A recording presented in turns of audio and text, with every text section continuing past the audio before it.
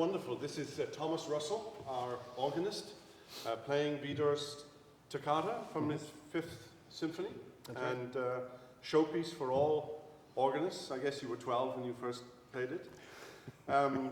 Thomas, we want to know as much as we can about this organ, but I'd like to hear something about you. What drove you to be an organist? Did you think of this when you were 5, or?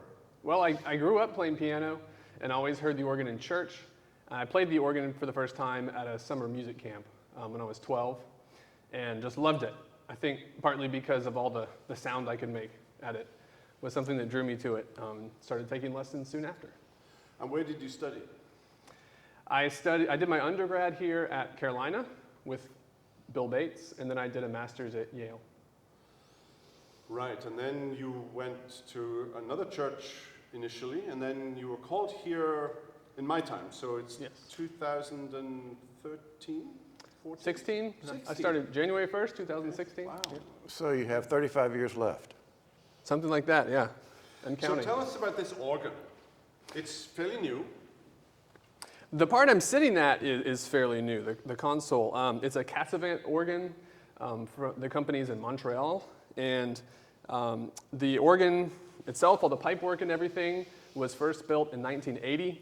It was destroyed by the fire that was up here and was rebuilt in 83. And this console is new as of 2015. Thomas, doesn't it belong over there? Let's talk about this a minute. We walked in a minute ago, and every time I've been in this church, it's been there, and your back is to me as I walk around you. Now it's here. Mm-hmm. Did you lift it? What happened here? That's one of the great things about this new console is it can move. So yes, it's usually over there. For organ concerts, we can roll it out. Everything's on wheels, so it can roll around.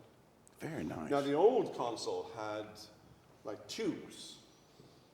I mean, whatever those things were. But this is electronic. This has bells and whistles. Yes, so it has a lot more options now. It has a 4th keyboard. We have more stops. We have a whole nother set of stops, a solo division that's prepared for it over here. They don't do anything yet. We still have to get pipes for them. Does that mean those pipes are fake up there? No, these are all real. These are all real pipes. Now next week we're going to go into the belly of the whale here and to the back, and it's a tight space, so we'll talk about all the pipes. So we have, what, 25, 30 stops for which we have no pipes? Correct. Where would we put the pipes? The idea is to put them in the back, so we have an antiphonal division. Then you can do call and response effects and really fill out the sound of the room in a warm way. So that's on your sort of wish list. Absolutely. For, our church is an organ-based worship service for sure, morning and mostly evening. Mm-hmm. And that's rapidly fading in our church culture in the States and elsewhere. So it's wonderful to see young guys like you, and you have, David, he has an organ scholar program with three teenagers, basically. Yes. Learning to play. They play here once every so often? I've heard at least one. Mm-hmm. And the older two are actually playing weekly at other churches around. My mother did not require that I take piano, and therefore I know less than nothing about what we're looking at. So anything you can tell me, I mean, you have four keyboards, but can you play 4 at one time?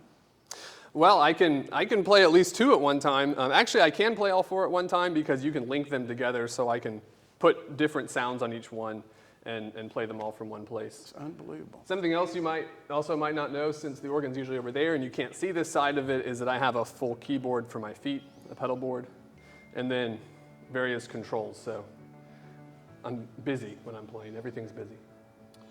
I can't fathom your left hand playing something different from your right hand, but to add feet to that, I have no idea how you do that. I mean, you were playing some piece by Bach a couple of weeks ago, and your feet were very busy. At some point, you were holding on to the bench because they were very, very busy.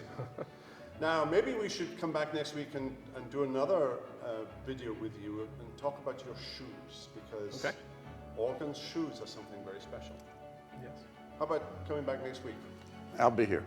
This was an edition of Fun Facts Friday with Thomas Russell and the organ, and we'll be back next Friday. We hope you've enjoyed this video. If you have, and you want to make sure you get all of our content, not just videos, but podcasts and ministry updates, make sure you download our app.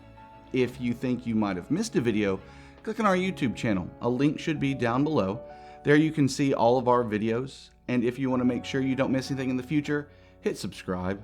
If you want to be one of the first ones to know when we release a video, hit that little bell icon. And if this video has blessed you, and you can think of someone else that it might help, use that share icon and send it to them. All, of course, for the edification of God's people and the glory of His name. Until next time, God bless.